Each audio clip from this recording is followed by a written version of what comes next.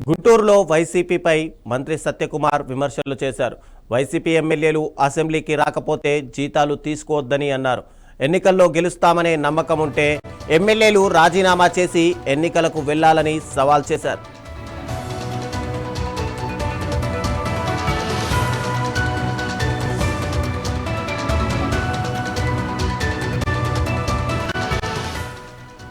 అసెంబ్లీకి వచ్చి ప్రజా సమస్యలపై చర్చించాలని జగన్కు సూచించారు.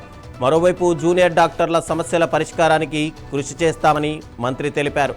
వైసీపీ నేతలు దౌర్జన్యాలు ఆపితే అరెస్టులు కూడా ఆగుతాయని సత్యకుమార్ వ్యాఖ్యానించారు.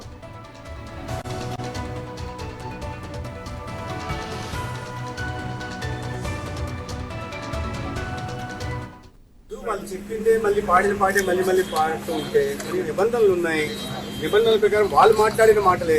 గతంలో తెలుగుదేశం పార్టీకి 2019లో 23 సీట్లు వచ్చినప్పుడు దాంట్లో కొంతమంది బయటికి వెళ్ళిపోతే మీకు ప్రతిపక్ష హోదా రావడానికి 10% సీట్లు ఉండాలి. రాలేదు కాబట్టి చంద్రబాబు నాయుడు గారికి ప్రతిపక్ష హోదా ఇవ్వలేమని పదే ఆనాడు జగన్మోహన్ రెడ్డి గారు చెప్పారు. ఆనాడు 23 సీట్లు వచ్చిన వాళ్ళకి దాంట్లో కొంతమంది బయటికి వెళ్ళిపోతే ప్రతిపక్ష హోదా లేదన్న వ్యక్తులు ఇవాళ 11 సీట్లు వస్తే ప్రతిపక్ష హోదా ఇవ్వాలని చెప్పి మారాన్ చేయడం ఏందో నాకు అర్థం కావట్లేదు. ప్రజలు తీర్పు ఇచ్చారు.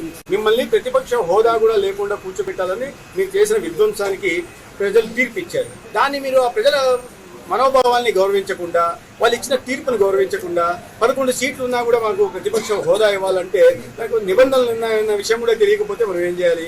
అంటే ఏదైనా అబద్ధాలు చెప్పేసి ప్రజల్ని జీతాలు తీసుకోకండి. మీరు అసెంబ్లీకి రాకున్నప్పుడు జీతాలు తీసుకోకండి. లేదు మీకు మళ్ళా మేము గెలుస్తాము రకరకాల మాటలు మాట్లాడుతున్నారు కదా, రాజీనామా చేసి ఎన్నికలకు వెళ్ళండి.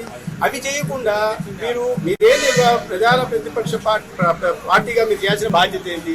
బాధ్యతాయుతమైన రాజకీయ పార్టీగా ప్రజా సమస్యల మీద మీరు అసెంబ్లీకి వచ్చి మాట్లాడాలా, ప్రజా సమస్యల్ని లేవనెత్తాలా. ప్రభుత్వం వైపు నుంచి మీరు ఏదైనా తప్పులు జరుగుతున్నాయని మీరు అనుకుంటున్న నేపథ్యంలో ప్రభుత్వం దాన్ని అసెంబ్లీ వేదికగా ఎండగట్టాలా.